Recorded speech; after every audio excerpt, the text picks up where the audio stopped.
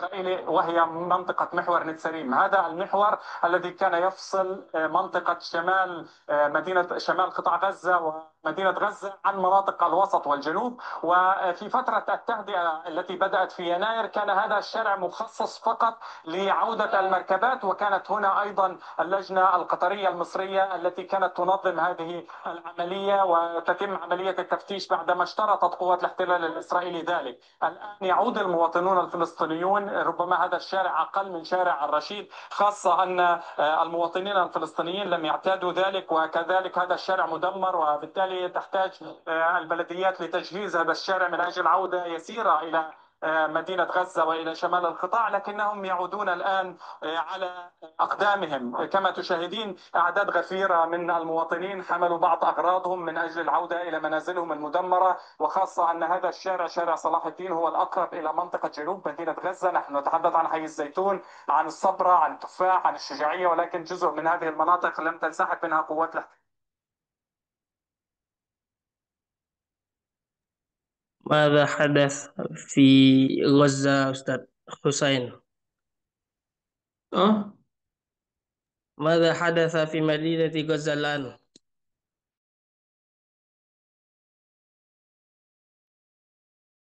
نعم يا أستاذ، أنا الآن أنظر إلى جزيرة، يعني صحفية للجزيرة.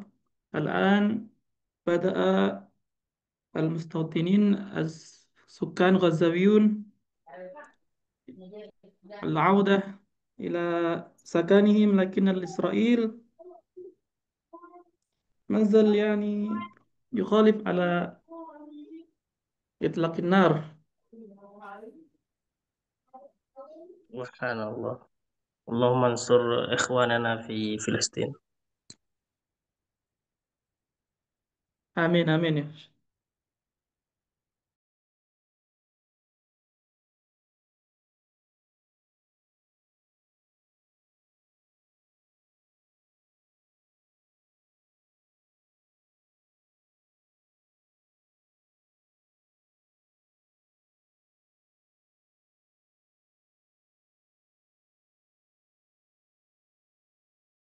Baik, karena sudah banyak yang masuk sekitar 15 orang, sembari nunggu yang lain karena sudah jam 9, jam 7 lebih 10 menit. Ini saya masih di kantor ini, belum pulang. Ini kantor, kantor Pasca. Ini jasket besok udah mulai dikirim, ya. Yang di luar kota, di luar Jawa besok sudah mulai dikirim karena tadi eh, penamaan. Oke. Gimana kabarnya hari ini? Sehat semuanya? Alhamdulillah. Sehat. Baik, Assalamualaikum warahmatullahi wabarakatuh. Waalaikumsalam warahmatullahi wabarakatuh. Assalamualaikum warahmatullahi wabarakatuh. Tuh, mari kita mulai perkuliahan malam hari ini dengan bacaan basmalah bersama. Bismillahirrahmanirrahim. Ada tugas enggak untuk kuliah kemarin? Tidak ada, Ibu. Tidak ada. Tidak ada. Kemudian hari ini kuliah dengan siapa aja selain dengan saya? Tadi Dengan Bapak dengan Alvin. Dr. Alvin Mm-mm. saja, Ibu. Itu aja ya. Baik. Kemarin kita belajar pentingnya sebuah riset.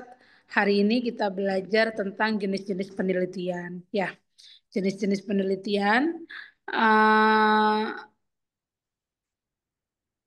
Ada apa aja sih dalam jenis penelitian itu? Satu, ada pengkategorian berdasarkan tujuan, kemudian pengkategorian berdasarkan waktu dan berdasarkan data. Kalau secara data, berdasarkan sifat data, satu, ada kuantitatif, ada kualitatif, ada mixed methods. Kalau kuantitatif itu data berdasarkan statistik, biasa ciri-cirinya. Yang kedua, kalau kualitatif itu data naratif, biasanya seperti wawancara, observasi yang mendalam begitu ya. Kalau mixed methods itu adalah kombinasi di antara keduanya. Makanya saya lebih pengen nantinya ke depannya bagaimana penelitian itu tidak hanya berdasarkan data secara narasi, tetapi juga berdasarkan data secara statistik. Jadi secara itu mixed method itu lebih bagus kayaknya untuk ke depannya. Tapi kembali lagi kalau passionnya panjenengan itu adalah kualitatif, monggo. Kalau kuantitatif, monggo. Tetapi nanti bagaimana dalam selingkung menulis penelitian itu ada ininya ya dalam latar belakang itu memaparkan satu misalnya itu bagaimana dalam problem akademik, kemudian bagaimana riset gap-nya, kemudian dalam latar belakang itu ada datanya, itu harus jelas. Kemudian apa namanya ah, pendekatan ya. Kalau jenis itu tadi kan ada ini ya, ada yang deskriptif. Jenis penelitian itu ada deskriptif. Biasanya menggambarkan sebuah fenomena tanpa adanya sebuah intervensi. Nah, biasanya pendekatannya menggunakan kualitatif, jenisnya deskriptif, gitu ya biasanya ya dalam metodologi penelitian itu. Kemudian ada juga yang itu sifatnya evaluatif, yang sifatnya evaluatif biasanya menilai efektivitas sebuah satu program, kebijakan, atau itu sifatnya adalah sebuah intervensi.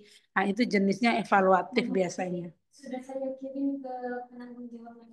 Kalau sifatnya eksploratif itu banyak dipetakan, biasanya menimbulkan sebuah gagasan-gagasan penelitian, gitu ya. Dan selanjutnya ada juga pendekatan. Pendekatan itu ada juga ciri-ciri dan karakteristiknya. Nantilah Buria akan share. Satu, positivistik yang kuantitatif. Nah, biasanya itu melalui variabel yang diukur, yang menggunakan instrumen, kemudian analisis statistik dan objektivitas tinggi begitu. Kalau kualitatif ya tadi bagaimana menyelami makna-makna konteks sosial yang mana data itu didapati wawancara, observasi, dokumen itu. Kemudian pendekatan yang kritis emansipatoris itu biasanya fokus pada eh, sosial kemudian perubahan. Biasanya ini fenomenologi ya. Kemudian pragmatis pragmatis itu adalah metode yang paling tepat menjawab pertanyaan penelitian tidak terpaku pada suatu paradigma. Nah, itu pendekatan. Ini hanya sekedar anunya ya, apa namanya? Teorinya dan saya rasa ini jenengan juga pernah ditemui saat S1 dulu.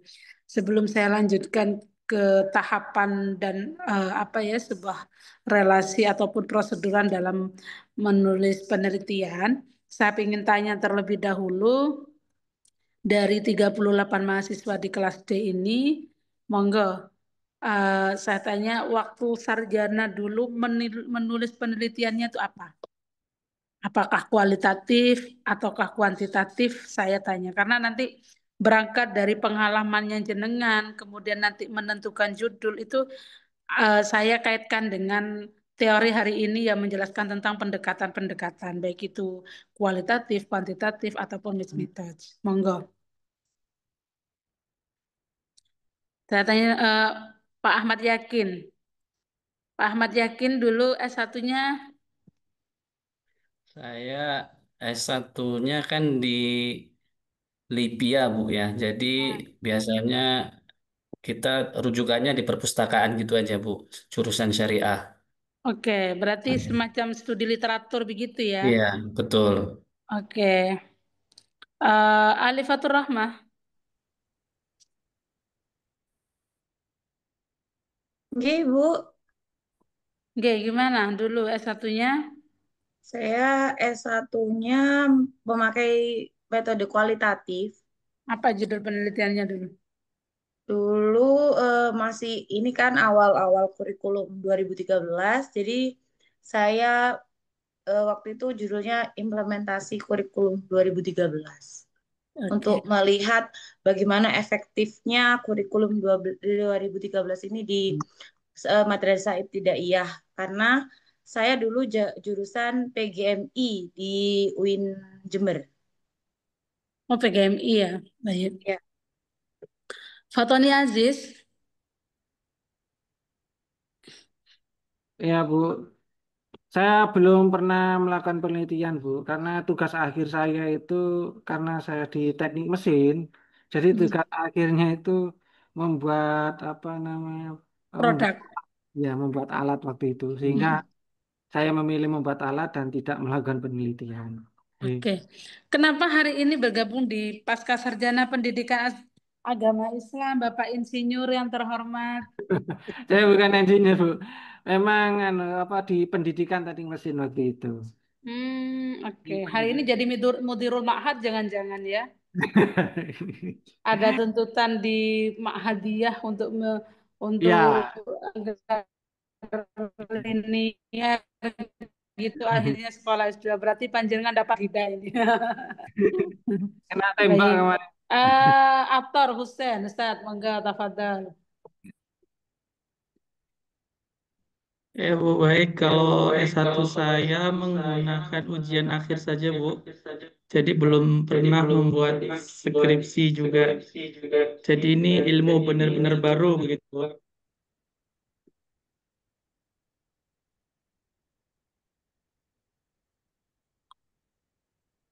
Di mana dulu S1-nya? Saya di Al-Azhar Bu, Kairo. Al-Azhar, Fakultas Masya Syariah Allah, wal Qanun. tabarakallah. Fakultas Syaraf ya. Baik.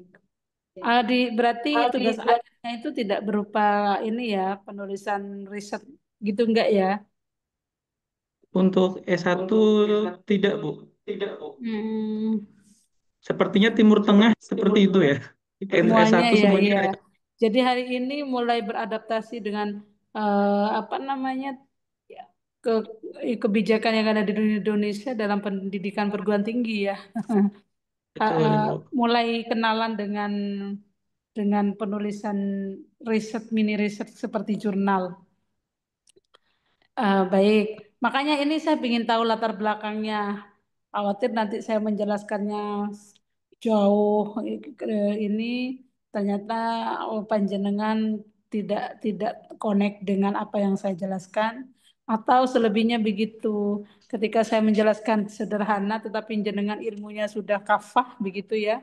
Akhirnya tahsilul hasil saya menjelaskan. Makanya ini saya menanyakan satu-satu ini adalah bagian dari angket. Ini data kuantitatif ini, tanya satu-satu ini. Imam Solihin, Ya, Bapak, Assalamualaikum. Nggih. Mbak Lila, Buria. Ya, Bu. Monggo jenengan S1-nya di mana? Dari Bojonegoro.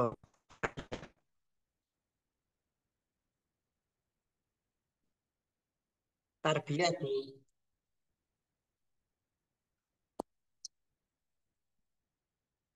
S. eh,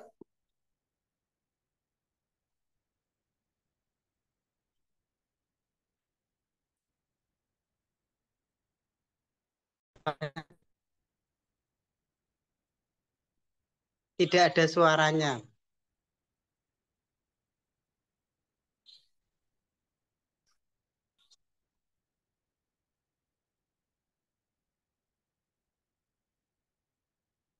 Terpental sepertinya Buria nggih. Enggak ada suaranya. Uria lagi ganti ke mode laptop. Oh,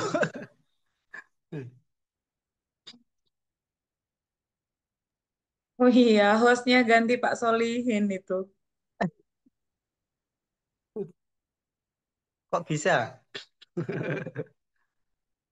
Nggih, Pak.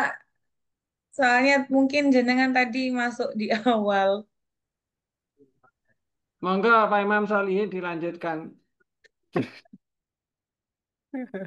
Dilanjutkan apanya, Pak? materinya Pak. Oh iya iya iya. Eh, Materinya itu di belakang jenengan itu ada tulisan Institut Ahmad Dahlan itu.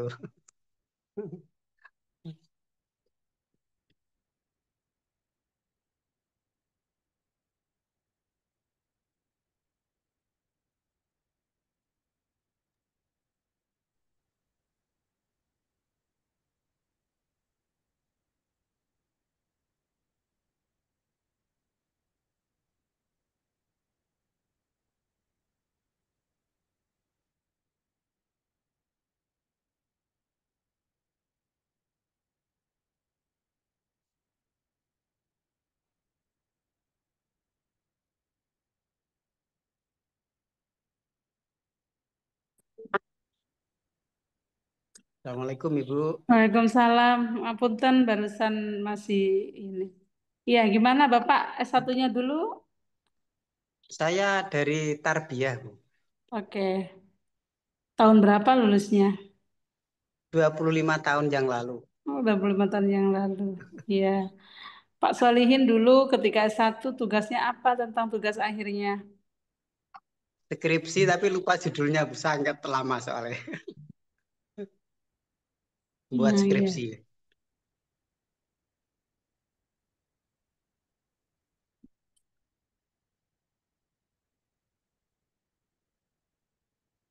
Judulnya apa Pak dulu Pak? Judulnya lupa Ibu, saking lamanya. Ah, Jadi saking lama. Oke, kalau nggak lihat, nggak ingat. nggak ingat. Oke. Hari ini misalnya mata kuliah apa ya, merefresh atau mencakjar kembali lah dengan mata kuliah metodologi penelitian. Jenengan serasa belajar dari awal apa mengulang kembali begitu Pak Solihin? Iya, kalau bahasa-bahasa S2 ini ya harus dari nol lagi. Soalnya Ya, nggak ada jurnal apa kan baru tahu kali baru ini. tahu kali ini. Oke, baik. Pak Imam Ghazali, Ustadz Imam Ghazali, dulu S1-nya di mana?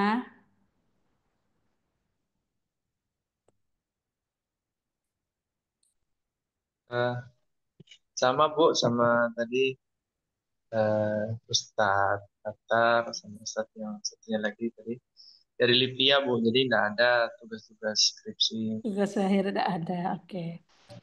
paling Pak Imam, makalah. oh ya cuma sekedar makalah begitu ya. Jurusannya dulu syariah juga. Iya, syariah, Oke. syariah. Pak Imam Abdimullah, Oke, ya S1-nya di mana? dulu S1-nya di PGSD UT, Bu. Oh, UT. Oke, Buri. Saya ngajar di UT juga, Jember tapi. Jenengan di mana? Enggak, saya dulu Jember, sempat Malang terus pindah Jember. Tahun S1-nya ya. 2016 insya Allah kalau lulusnya. Ininya masih Bu Ineke itu. Enggak, Oke, oke. Di UT dulu tugas akhirnya berupa apa? berupa PTK, Bu. PTK ya, iya, PTK. Oke. Oke. Ini kok melanjutkan S2-nya di PAI kenapa Pak Imam? Enggak, sama seperti Pak Fatoni. Di, Nasibnya sama. enggak, senasib enggak Pak Fatoni. Kena tembak, Bu. Kena tembak. Oke, selanjutnya Pak Mada Yuda Sasana. Pak Mada,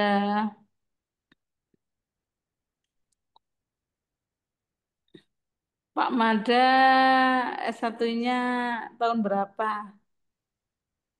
Eh, ya Bu, saya tahun 2011 Bu. Heeh, Ya, 2011 ya, sudah lama ya.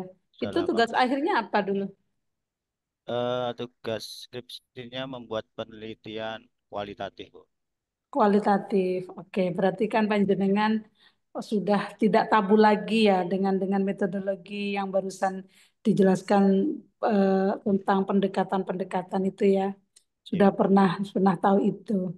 Oke, Muhammad Solihin.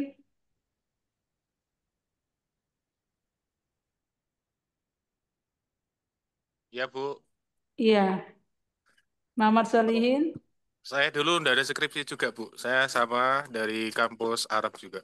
Oke, ya. Ah, yang perempuan-perempuan Bu Lili Nurlaili.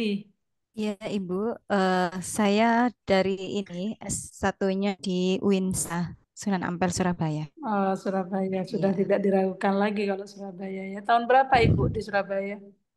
Lulusan tahun 2010. 2010 ya. Iya. Jurusannya apa dulu? Tarbiyah. Iya, terbiak betul. Tarbiyah. Oke. Iya. Neneng Nurhayati. Nggih, siap, Bu. Mbak Neneng, satunya Ya, Kak. S1-nya saya di UT. Oh iya, oke. PTK ya tugasnya ya. Nah, ya, Max metode, Bu. Kalau enggak salah kuantitatif sama kualitatif. Oke. Ibnu Abbas, siapa Ibnu Abbas ini? Mas Abbas ya?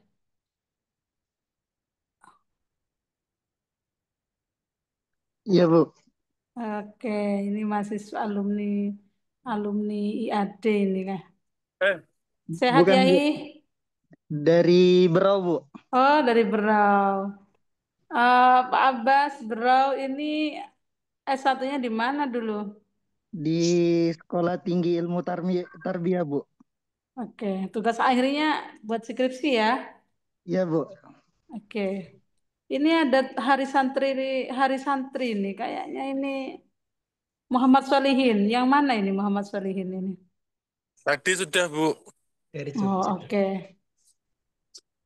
Oke, saya ini ya setelah apa namanya saya ini kan banyak yang dari panjenengan masih baru mengenal tentang ilmu metodologi penelitian ini karena penugasan tugas akhir di kampusnya berbeda-beda. Kalau yang dari Libya dan lain sebagainya itu berupa makalah, jadi baru pengenalan dengan tugas dengan cara membuat jurnal dan lain sebagainya.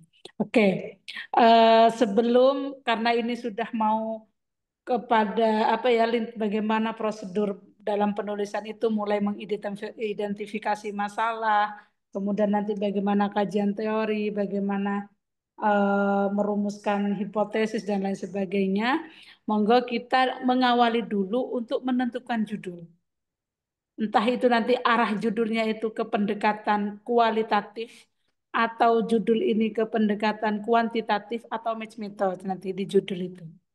Saya kasih waktu panjenengan 20 menit untuk menyentuhkan judul yang ada kaitannya dengan jurusan kita. Entah itu sifatnya Islamic Studies tentang pemikiran atau apa monggo terserah. Ya. Dan pada nantinya judul ini akan diteruskan kepada nanti latar belakang, kemudian bagaimana menentukan metodologinya, kemudian nanti membuat hasil pembahasannya. Itu kita melanjutkan nanti. Anggaplah hari ini juga kita melakukan klinik jurnal, begitu ya. Klinik jurnal. Menentukan judul dulu. Monggo, saya kasih waktu 20 menit dari sekarang.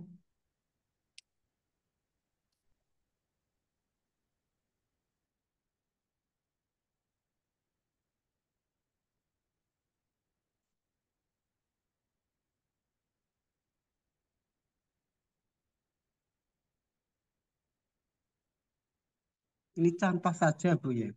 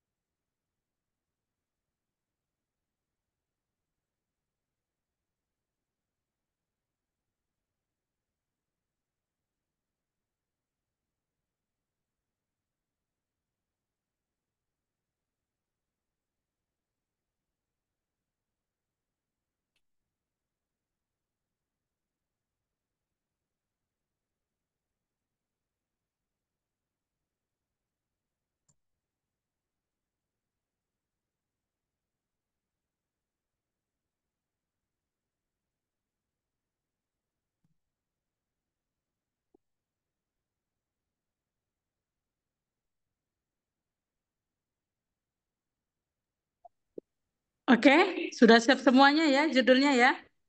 Monggo, kita masukkan ke klinik ini. Nah, siapa yang sudah siap judulnya? Mari Sudah, kita, Bu. oke.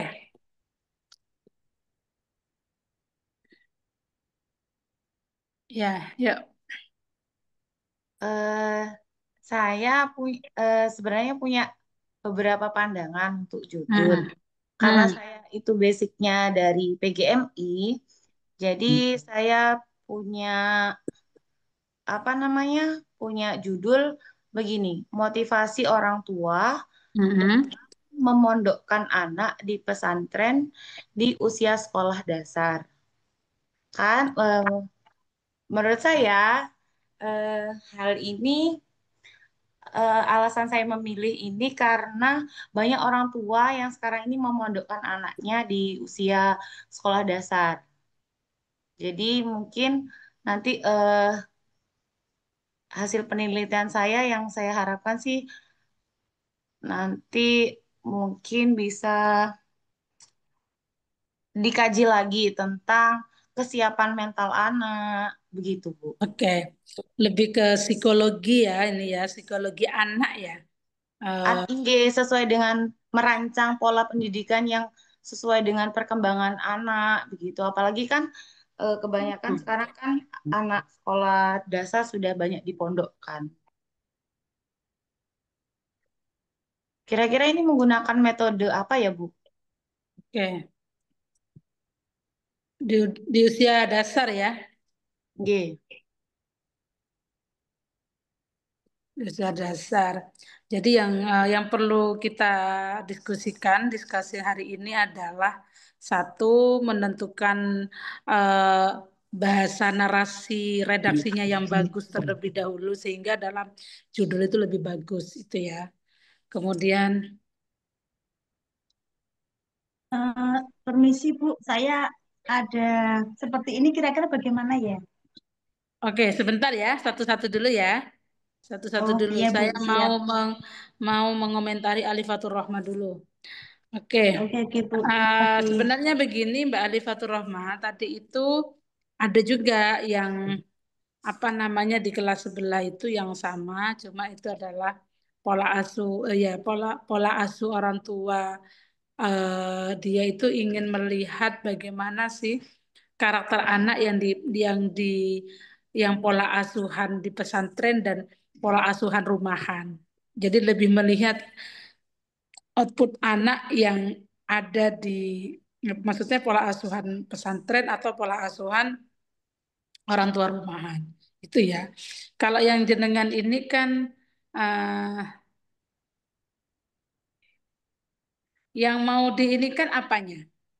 Yang mau menjadi fokus permasalahannya itu apa nanti ke depannya? Mungkin ini dari ini apa namanya merancang pola pendidikan yang cocok untuk perkembangan anak. Oke deh, pola ya, oke.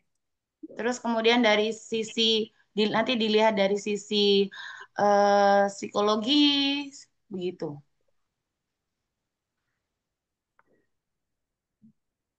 Oke.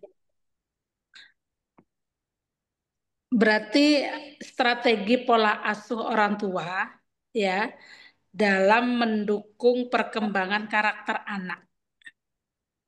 Ya, karakter anak di pondok pesantren. Itu ya.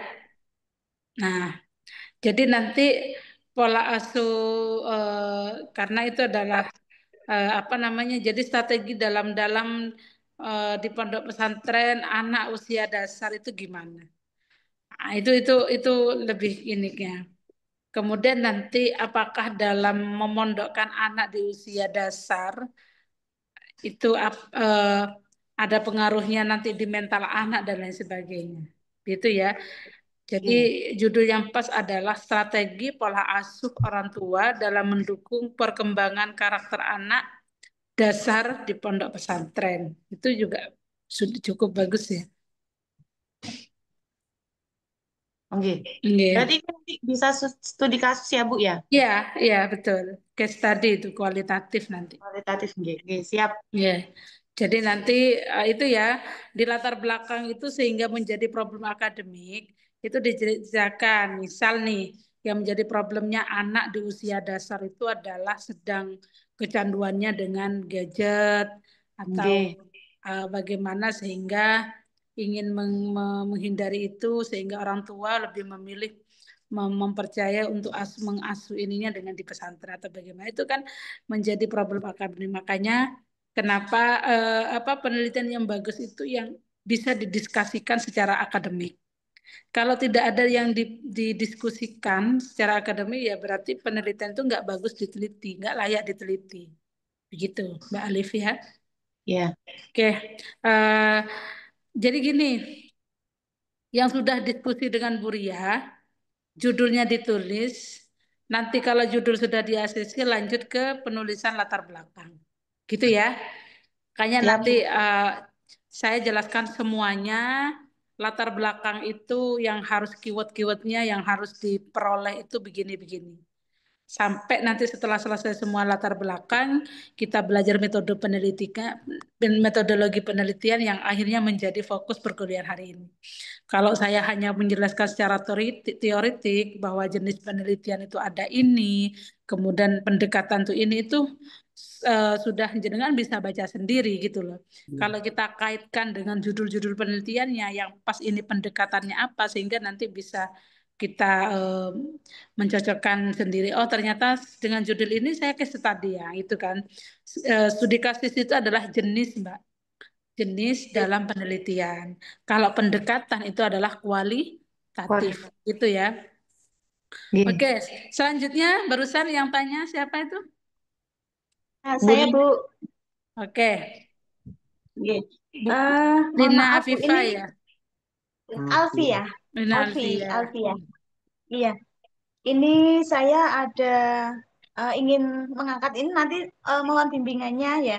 Jadi begini Bu, persepsi masyarakat tentang pendidikan anak yatim yang relevansinya itu kebanyakan di sekitar kami ya, terutama itu banyak yang seperti memanjakan, selalu menuruti kemauan anak yatim sehingga keinginannya tidak terkendali seperti itu, Bu. Sangat berbeda jauh dengan pendidikan Rasulullah yang seorang yatim juga. Dan ini harapan kami nanti kalau bisa dikaitkan dengan surat Al-Maun juga. Kira-kira judulnya bagaimana ya, Bu? Oke. Jenengan ini punya kasus gimana? Bisa diinikan lagi? Anak yatim yang bisa dikatakan salah asuh karena semua semau-maunya itu dituruti sehingga dimanja sehingga anak ini gimana ya meledak-ledak, tidak pernah merasakan kekecewaan dan seterusnya seperti itu karena seringnya dituruti apapun maunya karena berdalih ia anak yatim nggak boleh sedih, nggak boleh kecewa, nggak boleh seperti itu dan sangat berbeda jauh dengan kehidupan Rasulullah yang seorang yatim tapi sangat luar biasa. Oke. Pola asuh juga ini ya. Iya Bu, saya guru TK.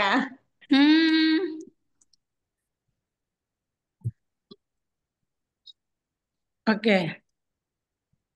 Jadi Ibu, Bapak Ibu semuanya harus punya ChatGPT. Nanti prompt-promptnya ditulis di ChatGPT itu. Ya, saya punya masalah ini ditulis sudah. Buatkan judul riset akademik yang bagus misalnya. Oh gitu ya. Iya, harus punya. Ya, harus kenalan dengan ChatGPT. Harus kenalan. Nah, ChatGPT itu tapi juga kita tidak harus iman dengan ChatGPT, tidak. Seperti yang saya sampaikan kemarin, ChatGPT itu hanya membantu. Kita harus tetap membaca jurnal-jurnal di Google Scholar. Ya, kita harus juga harus adaptasi dengan tema-tema yang bagus untuk diteliti. Kalau Ibu barusan ini Bu, yang pas itu adalah eksplorasi ya, eksplorasi pola asuh Rasulullah dalam pengasuhan anak yatim dan hubungannya dengan Nah, ini implementasi nilai asuh Rasulullah. Nah, pendekatan atau begini Ibu, jenengan ya, masalah barusan itu yang sampai yang jenengan ceritakan itu diceritakan di problem akademik aja. Banyak anak yatim itu yang begini begini begini. Paling tidak pendekatan pola asuh Rasulullah dalam membina anak yatim agar mampu menghadapi inner seed negatif. Inner seed negatif gitu ya. Coba nanti di ini kan apa namanya Mbak Ina, ini dibuatkan grup khusus dengan saya. Nanti enak ininya, apa diskusinya, ya, diskusinya. Iya, iya, Bu. Mm-mm. Ibu, Yang saya belum Bu. yang belum selesai Saya siapa Bu. yang sudah selesai. Ibu, Jadi Mbak saya mohon sebentar izin. ya satu-satu. Mbak Lina Sabar. itu WA ke saya mana Bu judulnya tak kasih. Habis itu WA sekarang langsung saya kasih. Monggo. Saya kasih nanti lanjut di latar belakang ya. Latar Iya, Bu. belakang. Oke, selanjutnya siapa? Ibu, Saya Bu. mohon Mata. izin saya, Ibu Bu Lili. Bu Lili dulu, Bu Lili dulu. Ya. Oke, Bu Lili. Ya, terima kasih atas kesempatannya Ibu. Untuk judul yang hendak saya gunakan, ini tentang seperti ini, pengaruh integrasi model pembelajaran meaningful learning dan mindful learning terhadap hasil belajar siswa kelas 9 pada mapel fikih di sekolah MTS. Seperti itu. Kuantitatif ya itu ya. Iya, Apa kuantitatif. artinya dua tema itu? Meaningful learning sama Meaningful learning itu mindful. gimana? Ya. Meaningful learning itu apa? Meaningful learning itu di mana proses belajar siswa itu menghubungkan informasi baru dengan pengetahuan yang sudah ada pada diri siswa. Begitu. Satunya? Yang mindful learning itu pembelajaran di mana nantinya menjadikan siswa itu bisa berpikir kritis, kreatif, dan memiliki motivasi yang tinggi ketika dalam proses pembelajaran. Seperti itu, Ibu. Nanti bentuk soalnya itu, C6 gitu. Itu bedanya di antara keduanya itu apa? Sehingga dijadikan salah satu judul. Dalam satu judul untuk mata pelajaran fikih begitu. Kenapa jenengan meaningful learning dan satunya itu dijadikan dalam satu judul sehingga yang dijadikan ini juga mata pelajaran fikih. Kenapa Ibu? Alasannya begini, karena selama ini masih banyak peserta didik itu yang mendapatkan materi hanya sekedar dihafal, begitu, mendapatkan informasi, tetapi kalau dalam kehidupan nyata atau dalam kehidupan sehari-hari di masyarakat itu masih belum bisa mengaplikasikan pengetahuan yang sudah dimiliki. Karena mungkin di masyarakat sekarang itu kan sudah ada pengetahuan baru, misalnya terkait ini pembelajaran fikih, saya mau menghubungkan dengan jual beli. Nah, sekarang itu kan ada jual beli online. Nah, ada hal-hal seperti itu, hukumnya seperti apa jual beli online. Nah, kita hubungkan dengan trading atau jual beli di pembelajaran yang memang sudah ada sejak dulu, begitu Bu.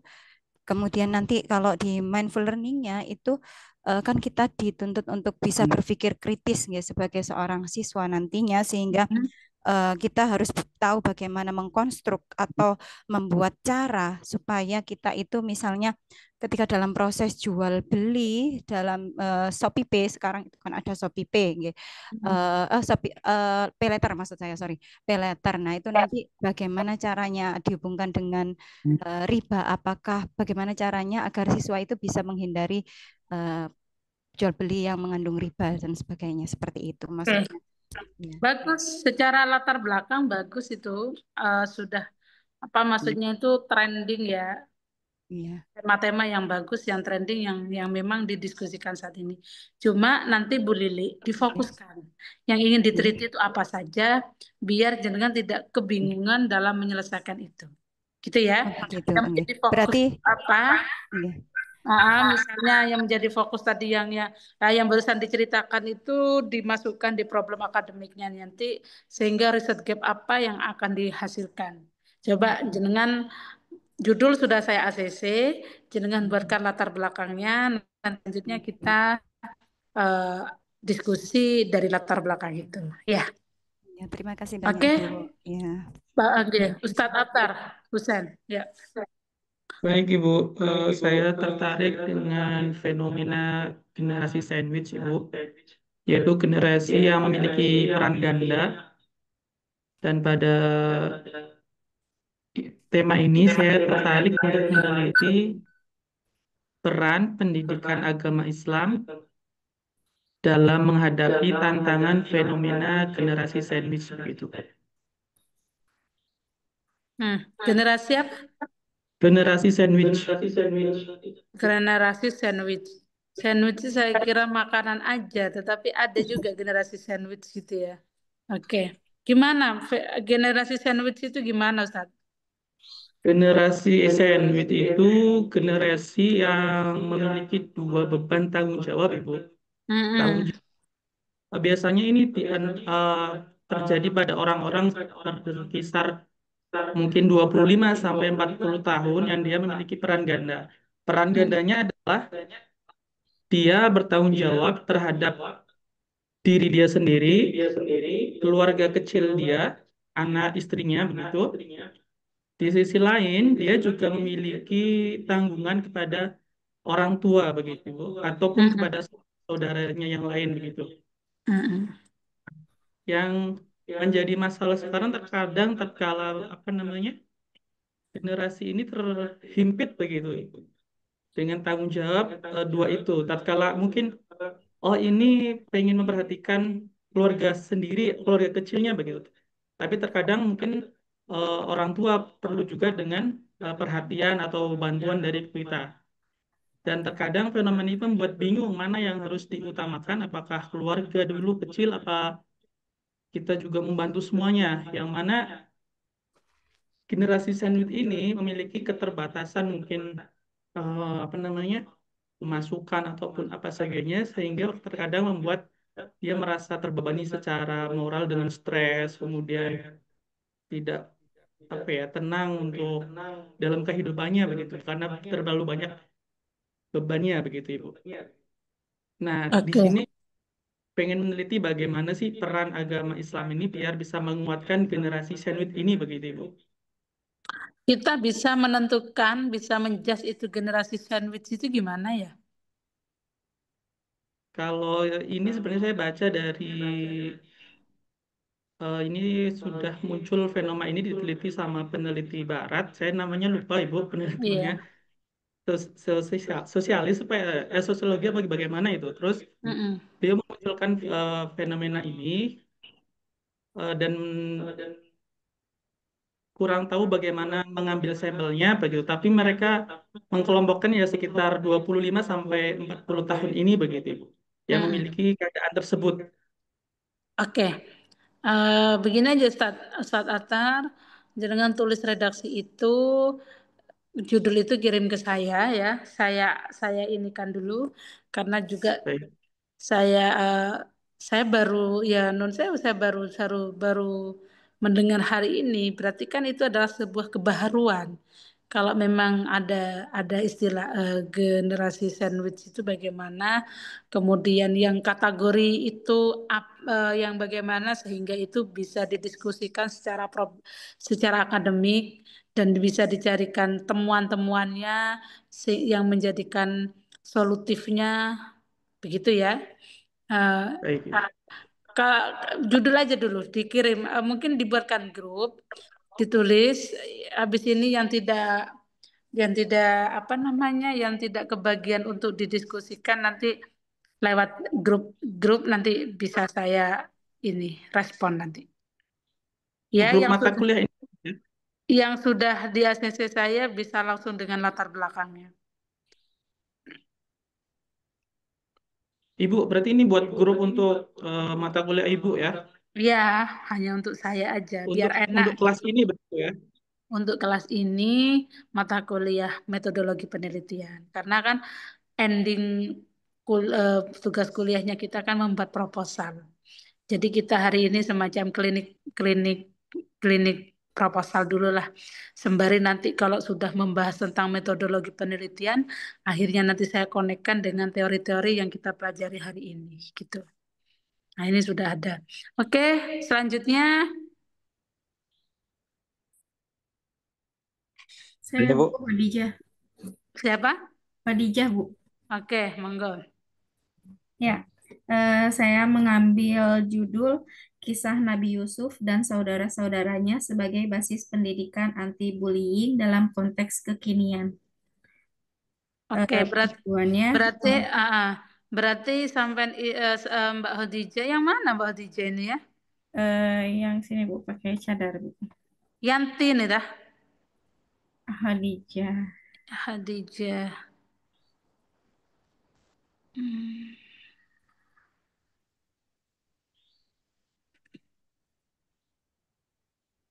Oke. Oh, ini Khadijah Ahmadullah. Oke. Ya. Berarti Mbak Khadijah ini yang ingin meneliti anti bullying gitu ya? Betul. Diambil dari kisah Nabi Yusuf karena salah satu kisah Nabi Yusuf dalam Al-Quran yaitu adanya konflik keluarga, kecemburuan, konspirasi, upaya penghilangan, dan itu relevan dengan fenomena perundungan pada zaman sekarang. Oke. Bagus, bagus. Tinggal diinikan judulnya ya. Diinikan apa namanya, redaksi judulnya yang pas karena jenengan sudah punya referensi bahwa itu diceritakan lokusnya adalah di cerita dari kisahnya Nabi Yusuf gitu, dan mengkategorik secara tematik menyebutnya bahwa itu ada kisah yang diinikan dengan anti bullying. Bagus, dilanjutkan ya. Saya dilanjutkan. Oke, selanjutnya. Saya Bu. Oke, yuk. Siapa Bu? Saya Bu. Iya, barusan siapa? Saya Bu. Fauzi Bu. Muhammad Salihin dulu, Muhammad Salihin. Oh, Ya. Siap. Ini kemarin saya sempat nganu Bu, sempat tanya-tanya ChatGPT juga. Oke. Dan sudah diberikan satu tema hampir sama dengan yang sebelumnya, Ibu Khadijah ya tadi ya, berkaitan dengan bullying Bu. Jadi, bullying, oke. Judul yang sudah tak dapat itu pemikiran Imam Al-Ghazali tentang pendidikan akhlak dan relevansinya terhadap bullying di sekolah. Oke. Pendidikan akhlak ya. Pendidikan akhlaknya Imam Ghazali. Dengan apa, Mas? Dan relevansinya terhadap bullying di sekolah. Relevansi, oke. Salah satunya apa? Relevansinya dari teori dari pendidikannya Imam Ghazali. Coba mungkin bisa menyebutkan satu keyword Kalau buku yang bahwa itu ada relevansinya. Kalau buku yang ini Bu, yang disampaikan di ChatGPT itu Ihya Ulumuddin kan? Karyanya sebenarnya Ihya tema ini kan Ulumuddin. terangkut ini Bu. Tema ini pengen tak bawa tuh kan karena saya kan ngajar di pesantren gitu Bu, di pendidikan Islam. Nah, bullying ini kan kalau di dalam dunia pendidikan modern kan atau perundungan ini kan sudah menjadi masalah serius gitu Bu. Iya. Kemudian berdampak pada psikologi anak, kemudian sosiologi anak, bahkan spiritual peserta didik gitu kan. Nah, iya. Dari situ kemudian kemarin saya tanya ChatGPT gitu kan, kira-kira kalau judul bullying ini dikaitkan dengan pendidikan akhlak itu cocoknya seperti apa gitu kan. Nah, tidak sedikit dari beberapa santri itu ada yang kemudian ya pindah sekolah atau mungkin dan sebagainya gitu akibat Iya, nggak kerasan di pondok gitu kan ya, karena dibully dan lain sebagainya. Ya, terus yang saya tanyakan kaitannya dengan pendidikannya Imam Ghazali dalam karya Ihya Ulumuddin itu yang mana yang menunjukkan itu adalah solusi dalam anti bullyingnya. Contohnya apa? Misalnya dalam redaksi matannya apa? Belum sempat ini Bu, belum sempat tak dalami kembali, tak dalami lagi. Bukunya juga belum tak buka-buka karena juga belum ada bukunya gitu Bu. Jadi sementara ini mengajukan tema besar berkaitan dengan bullying gitu Bu. Oke. Nah, kalau kayak punyanya Khadijah ini kan Khadijah ini jelas dalam artian dalam isi kandungan yang ada di surat Yusuf konspirasi ini dan lain sebagainya itu kan, oh berarti memang ada relevansinya. Dia di cerita Nabi Yusuf itu tematik yang ada ininya dengan bullying. Kalau saya ini kan Mas Muhammad Solihin, em, Imam Ghazali itu kan lebih ke karakter ini ya, pendidikan akhlak. Jadi biasanya ya mungkin mungkin kalau memang sampean itu memang mau membedah karyanya Imam Ghazali dalam Ihya Ulumuddin itu kaitkanlah dengan karakter, misalnya karakter religiusnya milik teorinya Likona. Nah, itu kaitkan dengan yang punyanya Imam Ghazali. Bagaimana eh, dua teori itu? Kalau teori Arab misalnya apa dalam dalam matannya, matan dalam Ihya itu, kalau teorinya Likona itu apa? Begitu mungkin. Kalau saya rasa anti bullying dengan pendidikan ininya, kalau saya pribadi masih belum menemukan di dalam Ihya itu. Tetapi kalau Pak Solihin eh, kalau Pak Solihin menemukan secara matan bahwa ini loh Bu ada solusi dari anti bullying, nggak apa-apa. Nanti kirim ke saya. Coba jenengan baca dulu ya. Kalau Kalau sepemahaman misalnya, saya kalau ini Bu pendidikannya misalnya ya. apa, fokusnya pengen lebih kepada bullying itu sendiri, kira-kira tema yang sesuai apa Bu kira-kira? Oke, coba jenengan ini kan dengan makanya kalau punyanya Khadijah nanti dikaitkan dengan surat, mungkin jenengan secara garis besar mengambil mengambil ininya di surat Yusuf itu. Kalau anti bullying yang lain, sampai ingin meneliti apanya itu dulu. Apa itu yang menjadikan objek penelitian itu adalah Al-Quran atau karya-karya ulama atau sekolah atau pesantren atau gimana? Nah, kalau anti bully, kalau saran saya, kalau jenengan di pesantren, ramah santri aja. Sehingga itu ramah santri itu nanti dengan pencegahan bullying, begitu ya, Mas Solihin ya. Coba jenengan Kalau kemarin tuh ada ini Bu, sempat dapat hadis hadis yang berbunyi al muslimu man saliman muslimu namin lisanihi wa yadihi gitu kan. Oke. Orang muslim itu adalah muslim yang dapat menyelamatkan orang lain, artinya Mm. orang muslim lain selamat dari lisan dia dan juga tangan dia. Nah, disingkat berarti Bu, kalau lisan itu kan berarti nanti ada apa ya? Bullying secara verbal atau non verbal gitu Bu. Jadi lebih Iya, ke situ. iya. Kalau hadis yang jenengan yang Mas Solihin baru saya sebutkan memang itu relevan, maksudnya ada kaitannya dengan bullying. Tapi kalau ininya karya-karya Al-Ghazali itu yang mana saya kan belum jelas. Kalau hadis yang Kalau disebut tadi berangkat dari hadis itu gimana Bu? apa? Judul yang Iya. kalau berangkatnya dari hadis yang tadi kira-kira untuk dikaitkan ke bullying, tema yang tepat apa? Ah, oke. Iki aku akhirnya saya nggak judul ngono. Coba Jadi gitu. keluar dari buku aja Bu, keluar dari Mas buku. Solihin, Mas Solihin dari jenengan Ya. sudah yang jenengan sampaikan ke saya, mereka coba jenengan rangkai dulu judulnya apa, sampai bantuan ChatGPT. Setelah itu baru nanti saya ini kan apa saya revisikan. Ya, jadi sampai dulu di ini kan coba hadis itu saya hadis Al-Muslimu itu ditulis. Kemudian saya ingin meneliti anti bullying, coba buatkan judul akademik yang bagus dari prom ini. Apa tah ya gitu ya. Ya Mas Solihin ya. Ya, ya siap Bu, insya Allah. Ya, ya. Yang Bu, lain. Bu, boleh Bu. Muhammad As'ad As'ad Humam dulu. Masya Dari Allah. tadi begini. Ya. Boleh Bu. Ya, Assalamualaikum warahmatullahi wabarakatuh. Suara saya Waalaikumsalam jelas Bu ya? warahmatullahi wabarakatuh. Alhamdulillah. Terima kasih atas waktunya Bu. Saya mau mengambil judul penelitian tentang modul skill project untuk meningkatkan life skill santri Bu. Jadi Life skill kenapa? santri. Ya, kenapa saya ambil tema ini? Karena kebanyakan ketika santri mondok itu di pesantren, memang dia luar biasa dalam pengetahuannya gitu ya. Baca kitabnya bagus, hafalan Qurannya bagus. Namun ketika lulus ini dia merasa kebingungan gitu. Jadi eh, saya ingin dengan modul yang kita buat ini, ya santri ini tersalurkan bakatnya gitu ya. Karena kan nggak semua santri ini kan pintar dalam hal Akademik. matematika, betul Bu. Nah, jadi kita mau expose bagaimana life skill mereka dalam skill project ini, Bu. Benar, Bu? Ibu gimana? Jadi bukan life skill ya, soft skill. Soft skill ya, oke. Soft skill itu yang menjadi bagus itu ya. Jadi soft skill santri itu memang harus diasah. Jadi siapa namanya Mas Muhammad ini coba buat redaksi judul yang pas, yang barusan ada keywordnya tentang soft skill santri dengan model itu. Nanti Oke. saya lihat ya. Ya, terima Oke, kasih, Bu. ya yang barusan diceritakan Saya, Bu. dijadikan latar belakang. Oke, Terima kasih, siapa Bu. lagi? Saya, Imam Bu. Ghazali, Imam Ghazali dulu, Imam Ghazali. Habis itu Abimanyu, Siapa Bu Yanti? Imam Ghazali dulu, Imam Ghazali dulu. Terima kasih Bu, masih banyak. Ya. Bismillah.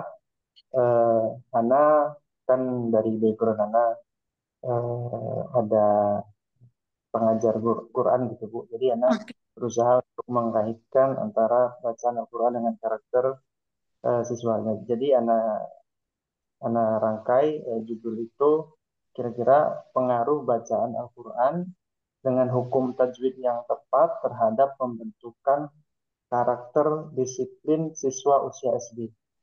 Itu, Bu. Oke, kaitannya karakter disiplin dengan pengaruh bacaan itu gimana maksudnya?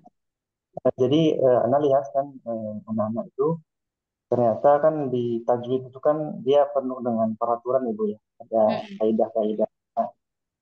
Ini batasannya, panjang pendeknya, hukum-hukumnya. Yang kalau dia baca dengan tepat berarti dia disiplin dalam menjalankan hukum tersebut. Dia mematuhi hukum-hukum tersebut dan itu jika ya Anda lihat anak-anak yang bacaan itu dia disiplin gitu bagus gitu ya dalam kesehariannya pun dia ikut gitu kan disiplin gitu dalam kehadiran gitu kan. Terus juga dalam sikap keteraturan cara belajar gitu dia lebih sistematis gitu Bu. Jadi anak pengen dan itu cuma itu kan dari persepsi Anda ya karena belum bisa mendalami. Jadi mungkin itu butuh penelitian lebih lanjut untuk membuktikan. Oke. Jadi nanti dikaitkan dengan kalau memang karakter disiplin, cari aja teori-teori barat yang menjelaskan tentang karakter disiplin itu. Ya, untuk mengaitkan dengan fenomena yang sudah ditemukan dalam judul itu, yang belajarnya tentang metode Al-Quran, ya bagus. Sederhana sebenarnya, hanya berangkat dari ini, tetapi jenengan dalam mensederhanakan judul itu akhirnya runtutan untuk ingin fokus dalam penelitiannya itu jelas begitu. Oke, jadi dari apa yang jenengan berangkat dari itu, kemudian nanti ditariklah karakter disiplin itu dengan teori karakter disiplin dalam teori barat, misalnya milik Likona menjelaskan apa aja. Jadi fokus hanya karakter disiplin, gitu ya? Iya. Oke. Itu Mas Imam Ghazali dilanjut di latar belakang. Selanjutnya Abimanyu. Ya, baik. Terima kasih Bu. Iya. Ini saya ada judul yaitu hubungan intensitas membaca dan menghafal Al-Quran dengan prestasi akademik siswa mata pelajaran PAI di sekolah dasar. Maksudnya gimana itu? Jadi meneliti tentang hubungan sekarang kan menjamurnya SD Tahfidz Bu ya. Iya. Ya, jadi adakah hubungan antara banyaknya membaca, menghafal Al-Quran dengan peningkatan nilai akademik siswa gitu Bu?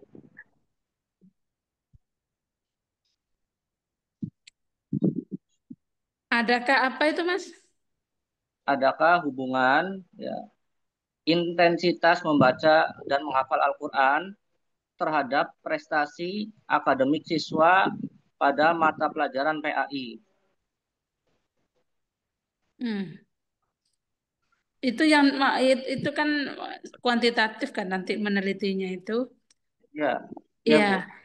Oke, yang menjadi fokus penelitiannya nanti itu gimana itu? Ya ingin mengetahui hubungannya Bu, apakah ada hubungannya gitu Bu? Antara intensitas hafalan Quran itu dengan prestasi begitu ya? Ya, enggak Bu. Karena dengan sekolah-sekolah program tahfidz itu hari ini gimana dengan akademiknya? Ya, dilihat cukup bagus, Bu. Bagus ya. Oke, Ya. nggak apa-apa. Kalau misalnya ini nanti kan itu data statistik angket ya itu ya, bagaimana apakah ada hubungan atau tidak. Oke, dilanjutkan. Cuma Abimanyu dalam membuat redaksi judulnya buatlah lebih menarik begitu ya, yang memberatkan dari ini. Oke, selanjutnya Fauzi Ya, terima Nurjaman. kasih, Bu. Oke, sama-sama. Baik, Habis itu ya Bu. Yanti. Ya. Ya, untuk rencana judul itu berkenaan dengan penelitian kualitatif, peran edukatif orang tua wali santri dalam pembentukan nilai adab dan disiplin anak selama masa liburan di pesantren. Jadi tujuannya adalah karena kita melihat ketika santri berada di pesantren itu memang mereka itu sudah disiplin gitu dari segi ibadahnya, adabnya.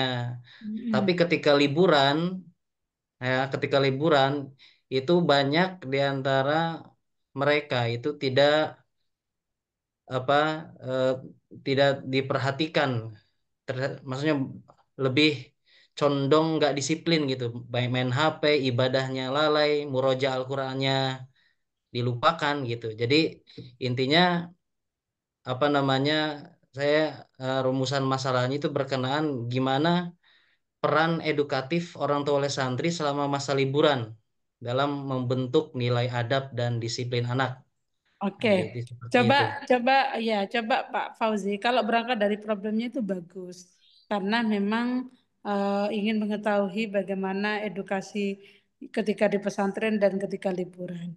Nah, coba Pak Fauzi, dengan minta bantuan ChatGPT berangkat dari permasalahan itu, narasi akademik yang bagus bagaimana, sehingga bisa dijadikan judul penelitian. Kalau secara problem secara ini sudah bagus dan itu unik untuk diteliti ya, karena kita juga ingin mengetahui sejauh mana. Tapi tugasnya jenengan adalah buatlah prompt yang bagus sehingga judul itu menjadi judul yang menarik. Ya Pak Fauzi ya. Baik, Oke, Bu. Ya, nanti ya.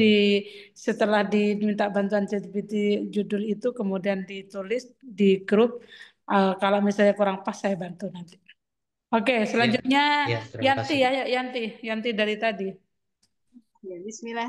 Terima kasih, Ibu. Eh, saya akan mengangkat tadi ada beberapa yang tentang tahfiz ya.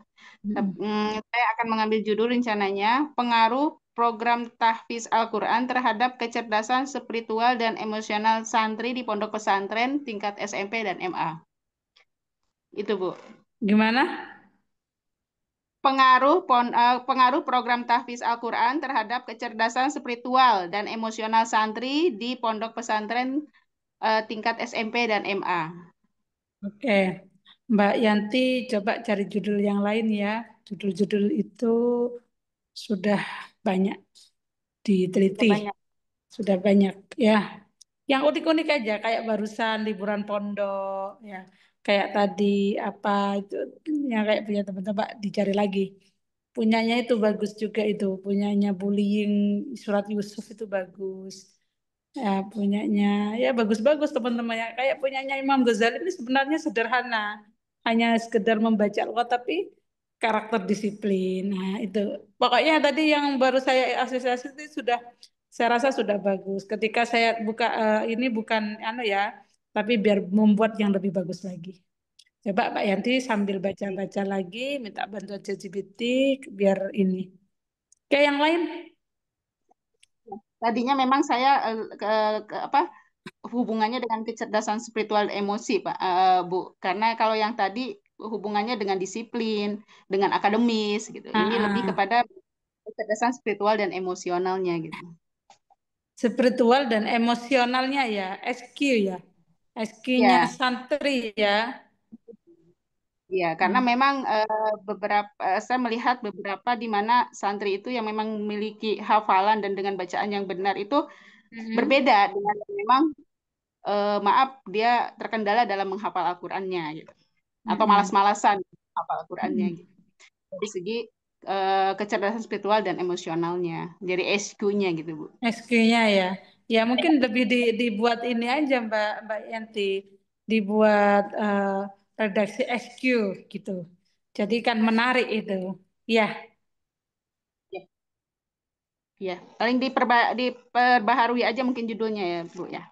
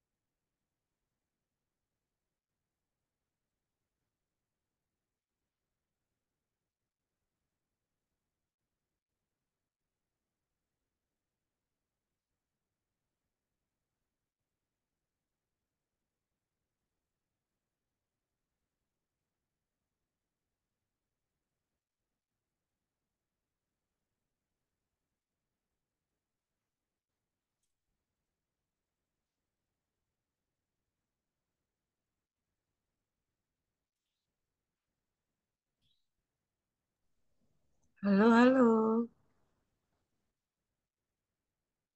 Tidak ada suara ya?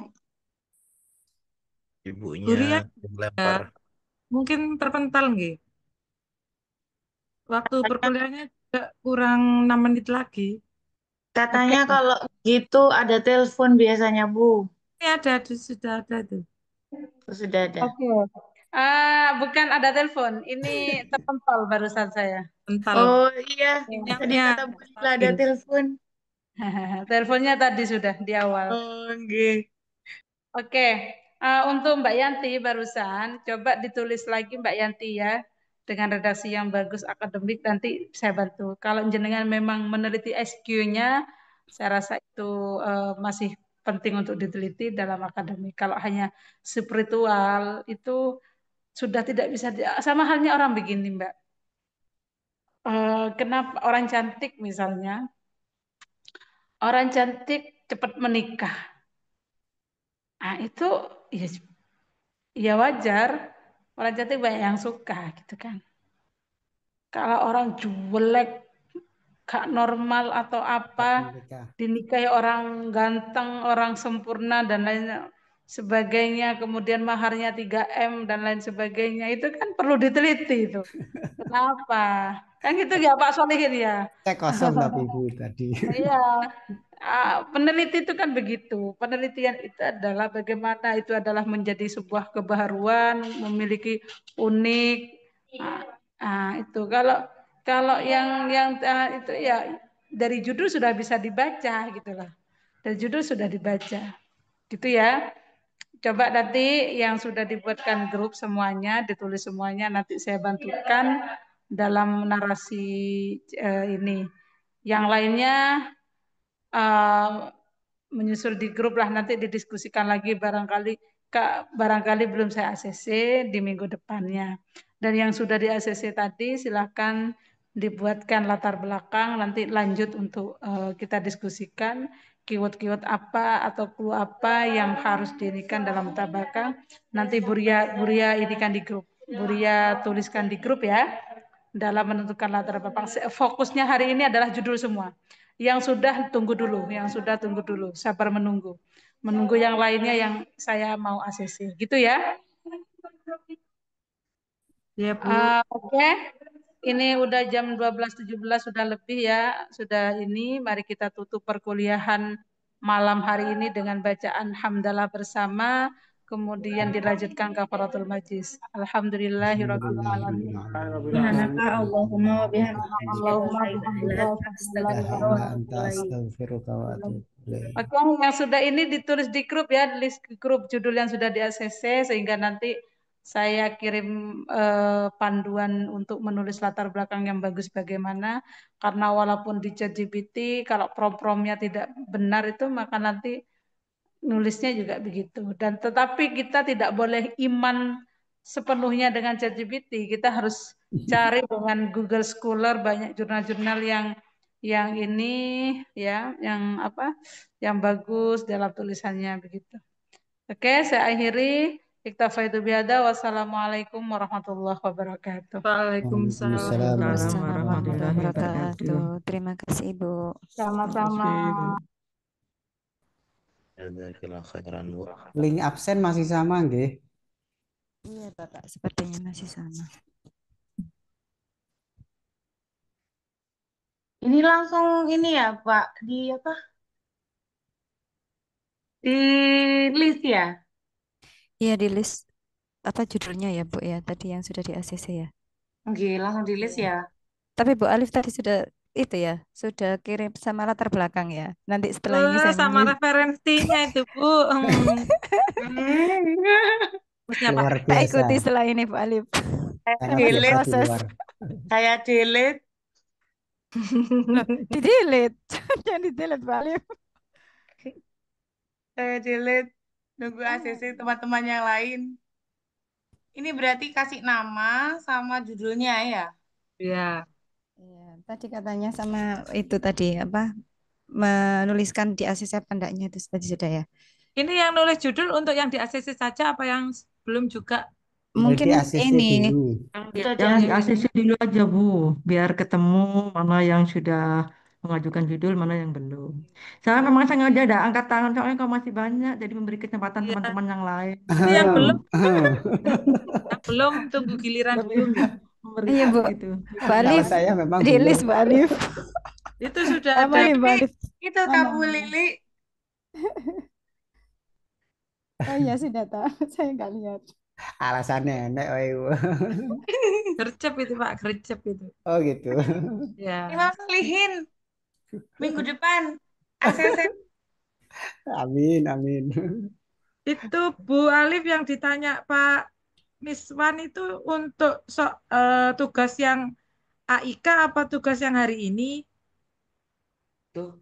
Yang mana, Bu? Yang di chat kelas D obrolan. AIK itu, Bu. Kan itu Pak Miswan itu ini apa namanya? Apa namanya yang Dianu yang AIK. Iya, enggak, soalnya jenengan jawabnya 20 apa? Presentasi Pak dengan kelompok selama 20 menit gitu. Iya, kan itu Ya, AIK. ya. AIK itu, AIK. Kayak. Bu Alif Kalau tadi yang Tapi mungkin beliau enggak tahu yang harus presentasi hanya cukup satu orang saja, terus aneh gitu, Bu.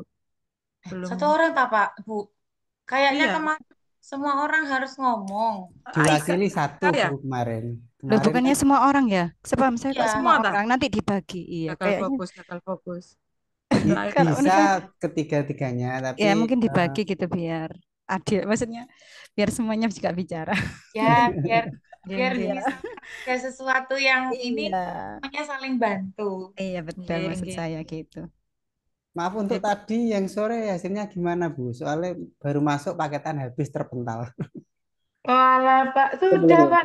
Statistik pendidikan tak, Pak? Iya yang materi tadi sore loh, enggak. Sudah, Pak. Jangan kelompoknya tetap. 70 menit, 20. Oh, 20 total. Nah, Pak Iya. Imam Solihin, Disuruh kelompoknya apa, sama Bu? siapa, Pak? Gimana? Pak Imam Solihin kelompoknya sama siapa? Untuk yang matkul apa? AIK. Kalau AIK ya sama apa Bulina sama Pak Suwadi itu Oh, yang itu ya. yang AIK. Kelompok berapa tadi ya? Bulina itu ya. Bulina. Nah Bulina itu adik saya. Bulina Alfia itu. Iya. Oh, tapi ini berjauhan. Tinggalnya. Iya, saya adiknya Bu Alif. Kandung, Bu. Masya Allah. Kandung. Iya. Adik kandung. Makanya grupnya, kelompoknya milih Masya sama Allah, kakak. bareng-bareng ya Bu ya. Oh, ini Iya. tadi ya. Alif, Imam ini Solihin. teman-teman ada yang sudah ini ya apa di grup yang sudah di apa di judulnya di ACC. Untuk yang belum mengajukan, mungkin sementara kita di grup dulu ya semua nanti di apa Roland. direkap ya Bu Alif ya, direkap Jadi biar nanti dosennya itu tidak bingung. Jadi ini yang bagian yang belum di ACC judulnya, ini yang sudah gitu ya. Soalnya kan kalau kita di grup kan banyak nanti tertimbun. Jadi nanti ada rekapan di terakhir.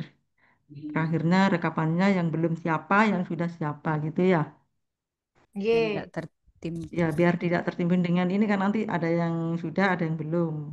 Biar untuk mempermudah dosen gitu untuk ini Itu tadi kan disuruh di melihat grup. Kan ada grupnya klarifikasi. sendiri, Bu. Grup Kenapa? metodologi. Grupnya kan ada sendiri metodologi itu ya. Iya. Mungkin maksudnya Ibu tadi itu dikumpulkan dulu di grup kita Iya. obrolan. Kalau sudah fix Ah-ah. semua yang belum di ACC baru kita share ke grup yang Nah, ya metodologi penelitian. direkap Biar maksudnya enggak, Bu. iya, Jadi biar enggak biar numpuk-numpuk.